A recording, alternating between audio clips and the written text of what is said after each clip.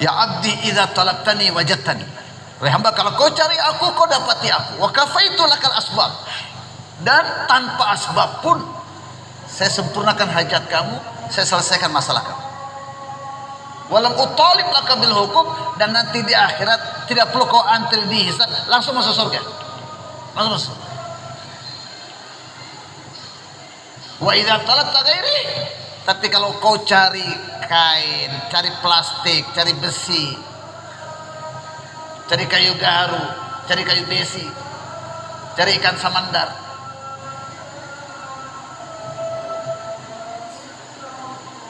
cari extra jos, cari pangkat, cari golongan, cari galon. Kalau kau cari selain aku, syagal tuka bil asbab, aku akan sibukkan kedua tanganmu dengan asbab. Tapi wa utalib laka bil hukuk, hisabnya berat nanti di akhirat.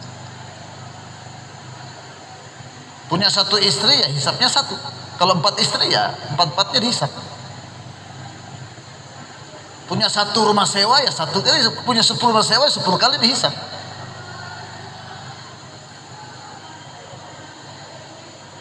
Ini bukan enak punya asbab. Sekarang kita ini pekerja tabligh ini susah karena nggak punya asbab. Enak kalau sudah punya asbab. Jab Allah kisi bandoko apna benna cahta. Kata Maulana Yusuf, kalau Allah menghendaki hamba itu menjadi kekasihnya, siapa yang pengen jadi kekasih Allah? Yang betul.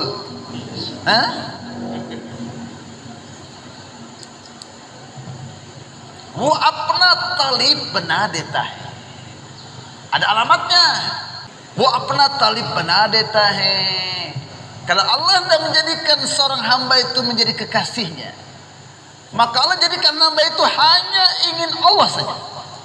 Coba tadi angkat tangan, cek hatinya. Hanya ingin Allah atau ada ingin-ingin yang lain-lain?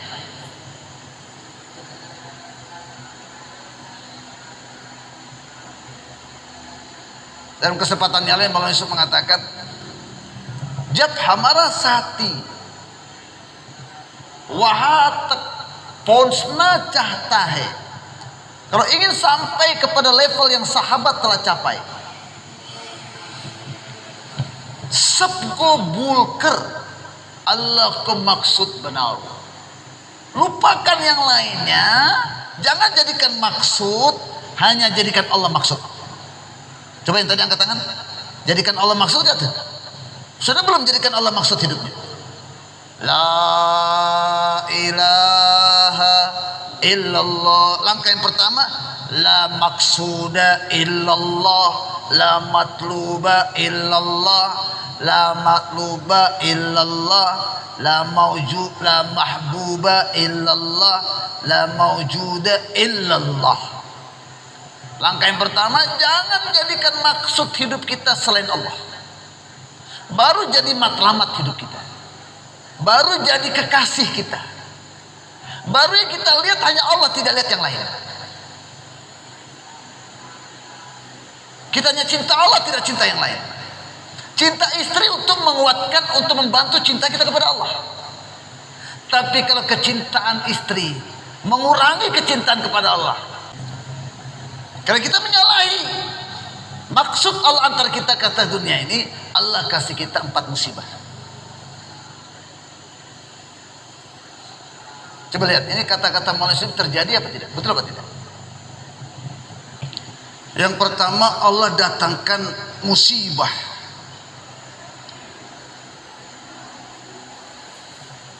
Allah kuasakan azab ke atasnya.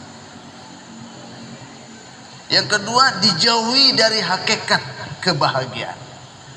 Dia dapat gambar kebahagiaan. Duitnya banyak, proyeknya banyak, rumah sewanya banyak, kelihatannya bahagia, dan dia merasa sepertinya bahagia. Merasa sama dapat tuh beda loh. Kita pun melihatnya kayaknya dia bahagia, ya kayaan, hakikatnya enggak. Dia dijauhkan dari hakikat kebahagiaan. Punya duit banyak masalah. Kawin sama istri cantik banyak masalah. Ambil proyek banyak masalah. Waktunya tersita mengurusi masalah dunia. Nggak ada kesempatan memikirkan masalah akhirat. Yang ketiga, tersesat dari jalan kemuliaan dan terjumus di jalan kehinaan.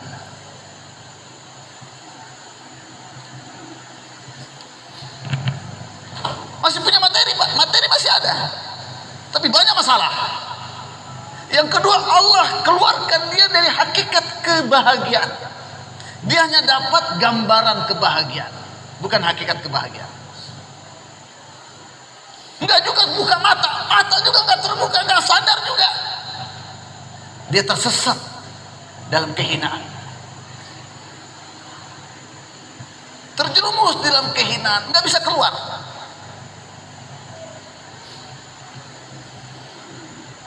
Seperti orang masuk jalan cepat dengan mobilnya, masuk di lumpur.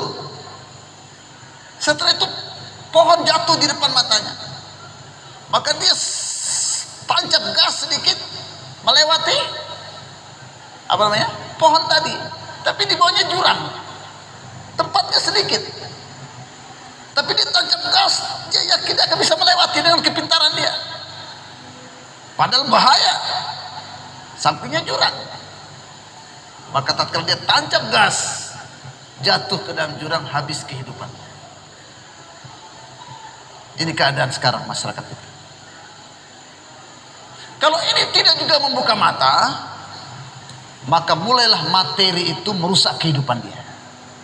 Materinya diambil. Tahapan yang kedua, materi diambil oleh Allah, datang banjir, datang gempa, datang peperangan. Karena adanya materi tapi tidak dirasakan kebahagiaan, belum bisa menutup, belum bisa membuka mata hatinya. Sekarang Allah datangkan tahapan yang kedua, materinya dihancurkan oleh Allah supaya jangan lagi bergantung sama materi. Fafirru ilallah, kembali kepada Allah.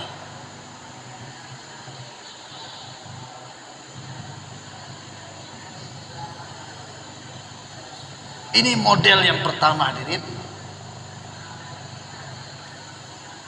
Filsafat materialis.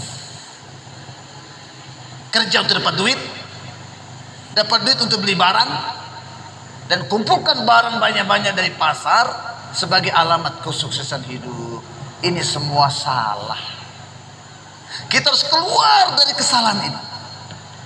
Bertahap-tahap. Kita harus keluar. Seperti orang keluar dari lumpur. Pertama kencangkah atau pelan-pelan? Pelan-pelan. Kalau sudah mulai keluar dari lumpur itu, tancap gas kah atau mundur? Ini kita sudah mau keluar, mundur lagi. Wah, sudah 15 tahun mundur lagi.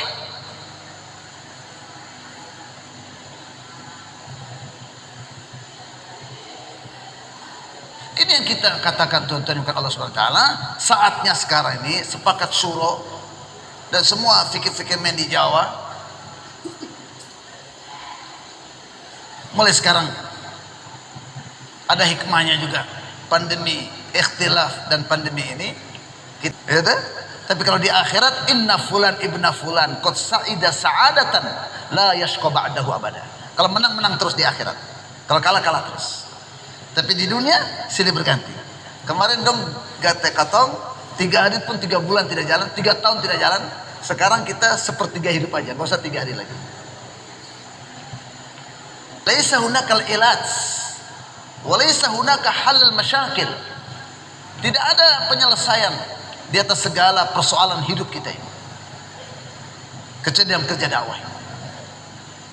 Semakin banyak kita berkorban untuk kerja ini, semakin banyak masalah akan Allah selesaikan. Tidak ada cara lain.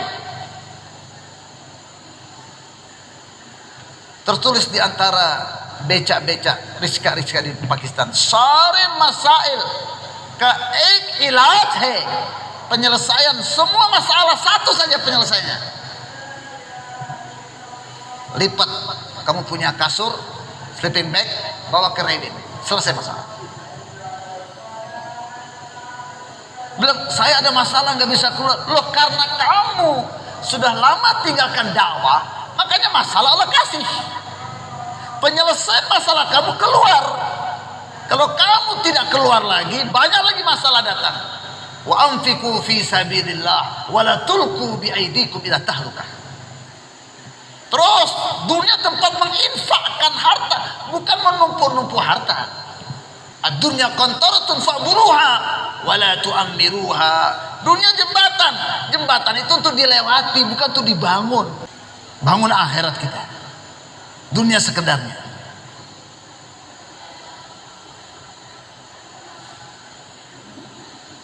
Jadi yang benar hadirin, model kerja yang kedua. Ini mau kita pegang, dan kita udah pegang. Ini mau kita jalani, kita udah jalani. Sisa apa? Kenapa kerja menurun? Kenapa kerja tetap melemah? Jadi model kerja yang kedua hadirin, mau kita pelajari, mau kita kerjakan, sudah. Yang kurang apa? Yang kurang adalah kurang mensyukuri nikmat. Ya kan? Seperti kisah harimau dapat rusa. Sudah dapat rusa, lewat rusa yang lain. Maka dia tergiur untuk mendapatkan rusa yang itu. Dia tinggalkan rusa yang ini. Dia pergi, rusa lari, tidak ketemu. Dia bilang, tadi sudah ada kok. Kenapa saya cari yang belum pasti? Dia balik, rusa yang tadi sudah lari lagi.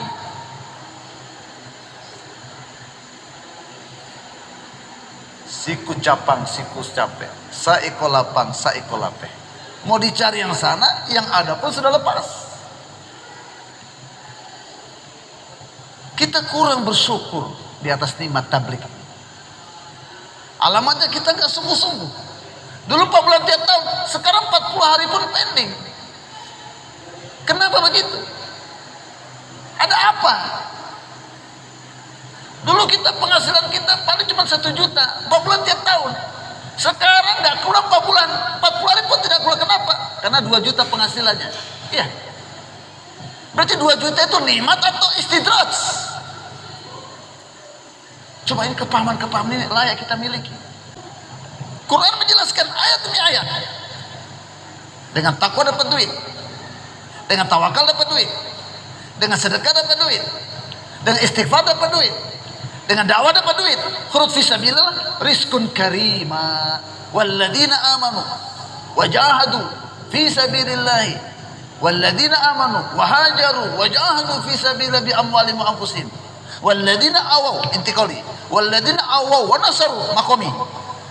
Ulaika humul mu'minuna haqqan. Itulah orang beriman yang hakikat. Kenapa kita nggak keluar? Berarti iman kita hanya di mulut. Kenapa kita nggak kerja makomi? Berarti iman kita hanya di mulut. Yang kerja makomi dan intikali, ulaika humul mu'minuna haqqa. Itulah orang yang imannya di hatinya, bukan di mulutnya. Kalau iman sudah di mulut, efeknya apa? Lahum maghfiratun. Dosa-dosa diampuni. Ini pelajaran bagi kita. Semua program tabligh ini membersihkan diri kita dari dosa. Enggak mau angkat tangan yang ingin dosanya diampuni. Kerja makomi, kerja intikali menggugurkan dosa-dosa kita. Hum maghfiratun wa rizqun karim. Dan orang yang intikali dan makominya baik diberikan rezeki yang mulia. Sekarang banyak orang Islam cari rezeki yang hina, cari rezeki yang kotor. Dengan tabligh membersihkan semua itu.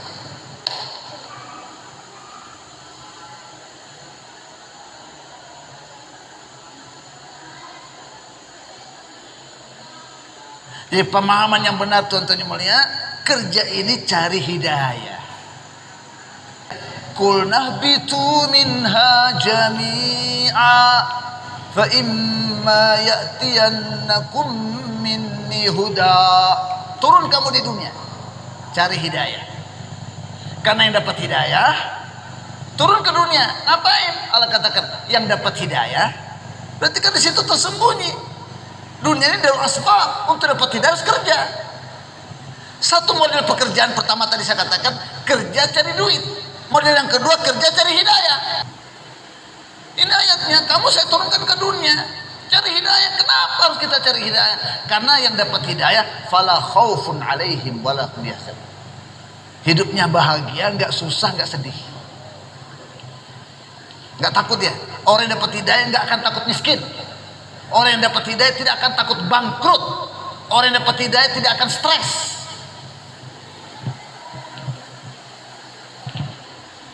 Orang yang dapat hidayah dadanya lapang, lebih luas dari langit. Orang yang tidak dapat hidayah dadanya lebih sempit daripada lubang semut. Cepat marah, cepat putus asa, nggak ada solusi dalam hidupnya.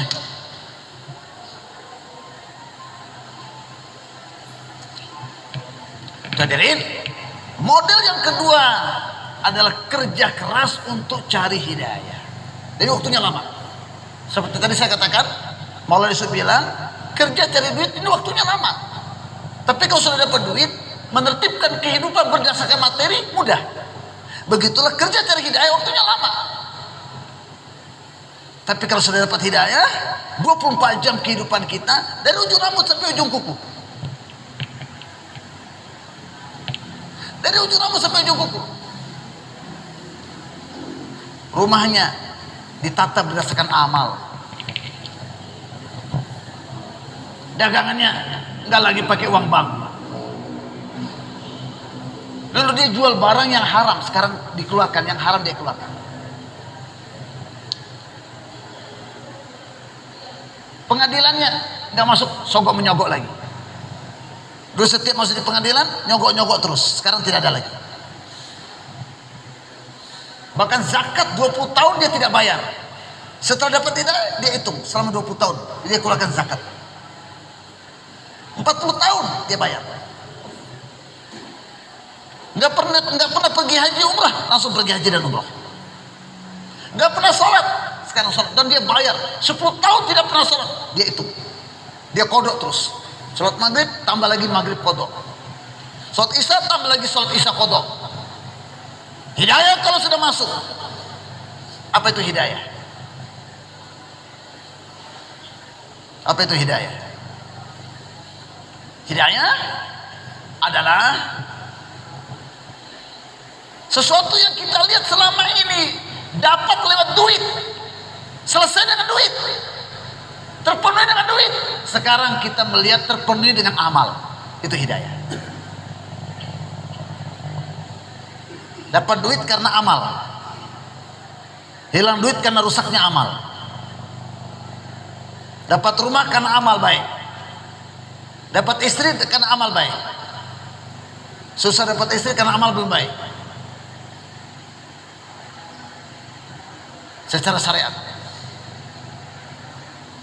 Sembuh karena amal, sembuh bukan lagi karena obat. Hidayah selama ini yang kita lihat selesai dengan duit, terpenuhi dengan duit. Sekarang mulai diperlihatkan kepada kita benda-benda ini tidak ada apa-apanya, dan duit juga tidak ada apa-apanya.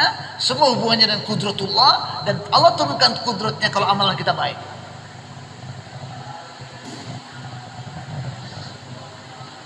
Itu hidayah. Jadi betul kerja keras untuk cari hidayah, karena kalau hidayah masuk ke dalam hati kita, akan diperlihatkan hati kita mengandung basirah, dan dengan basirah itu akan diperlihatkan kepada kita kekuatan dalam amal, kebahagiaan dalam amal, kemuliaan dalam amal, koper menyala dengan amal, dapat duit lewat amal, dapat rumah lewat amal, masalah selesai dengan amal, selesai semua urusan dengan amal. Maka tatkala diperlihatkan kepada kita kekuatan amal, maka kita akan cari amal duluan, bukan cari duit. Biar nggak ada duit, yang penting dapat amal. Biar rugi duit, rugi materi, jangan rugi amal. Maka tatkala tabrakan kerja untuk cari duit dengan kerja untuk cari hidayah, kita akan dahulukan kerja cari hidayah. Mana yang didahulukan? Kerja cari duit, kerja cari hidayah. Yang bilang kerja hidayah angkat tangan. Masya Allah.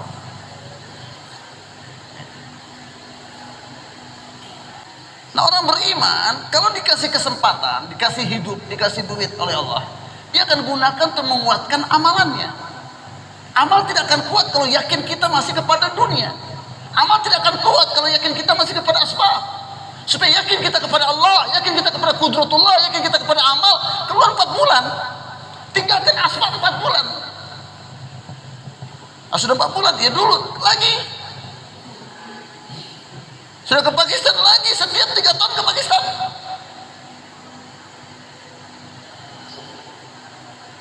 Kan masuk akal, logik. Orang beriman menguatkan amal, bukan menguatkan modal, bukan menguatkan karir, menguatkan amal. Amal akan kuat kalau kita tidak ada sedikit pun harapan dan ketergantungan kepada makhluk. Maka kita dilatih meninggalkan asbab zohir, asbab latihan. Bukan sepenuhnya, belum mampu kita sepenuhnya, pasti protes. Maka kita yang tadinya 1/10, sekarang tinggalkan asbab 1/3.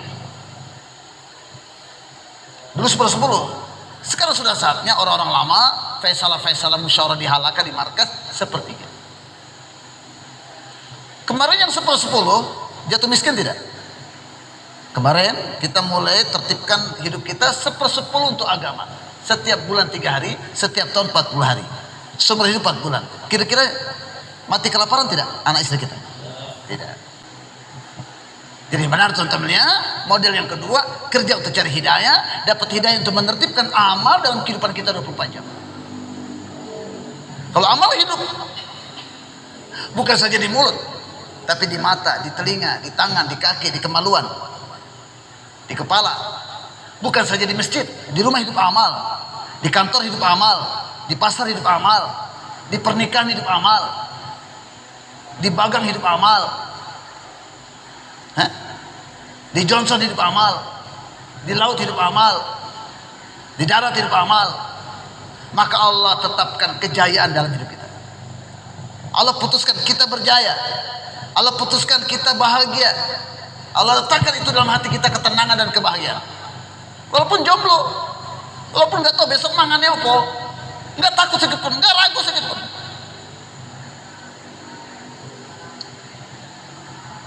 Bahkan hadirin, terus menerus buat amal dengan istiqomah, Allah Subhanahu wa ta'ala perintahkan malaikat berkhidmat kepada kita.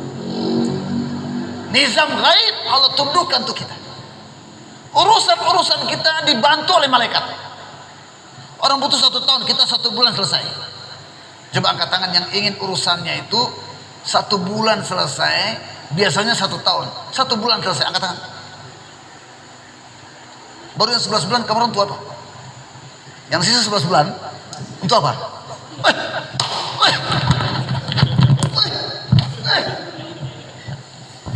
Sudah sampai ke lagi berapa?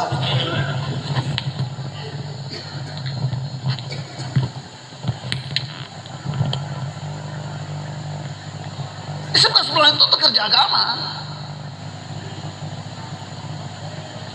Siapkan rombongan ke 250 negara. Setiap 3-4 tahun ke Pakistan, India, Bangladesh. Setiap 3-4 tahun ke negeri jauh.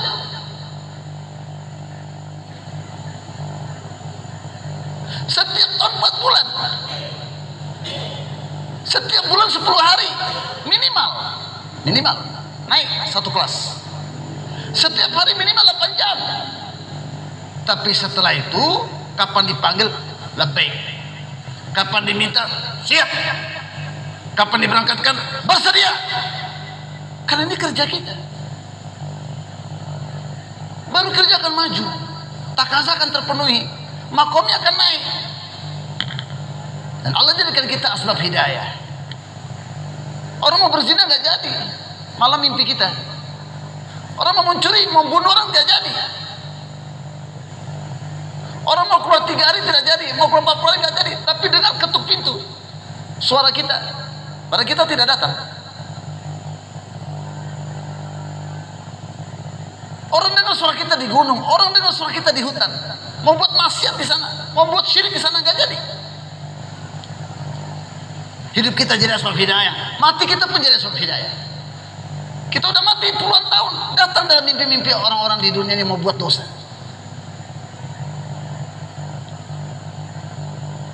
Dan melalui kita lah hadirin, inilah orang-orang yang ruhnya bersih daripada kesan-kesan materi dan kebendaan. Melalui ruh yang bersih inilah Allah Subhanahu wa taala apni rahmatoko apni bandoko taksim kerdeta. Allah bagi-bagi rahmatnya kepada hamba-hamba Allah. Or isi batil ko pas ho jata hai. Ruh yang bersih inilah yang Allah jadikan asbab hancurnya kebatilan, tegaknya yang hak. Siapa yang pengen punya ruh yang seperti itu? Yaitu ruh yang tidak ada keinginan apa-apa dengan dunia ini. La wanitanya, wala jabatannya, wala duitnya. Dan tidak ada ruh yang seperti ini sedikit pun berharap kepada makhluk, bergantung kepada makhluk, minta kepada makhluk, mengharap kepada makhluk, tidak ada. Dan ruh seperti ini tidak sedikit pun melihat nafsunya. Nafsu yang lihat dia tidak ikut lihat nafsu. Dia lihat maunya Allah. Jiki man saiko corker, rob ki man saiko pura kene wala banjai. Dia tundukkan nafsunya ikut maunya Allah. Dan setelah itu dia merasa tidak punya apa-apa dan tidak punya keinginan apa-apa. Saya bukan siapa-siapa, saya tidak punya keinginan apa-apa karena memang saya bukan apa-apa. Inilah hadirin yang mau kita usahakan. Niat kita semuanya insyaallah. Coba tuan-tuan 2-3 menit atau 5 menit, dua orang, apa yang tadi kita sampaikan semampunya sedikit-sedikit, semuanya berbicara gantian, 3-3 orang atau 2-2 orang. Kerja ada 2, kerja cari duit dengan kerja cari hidayah, mana yang kita pilih? Bas itu saja. Setelah 5 menit, setelah itu kita azan 10 menit kita qomat.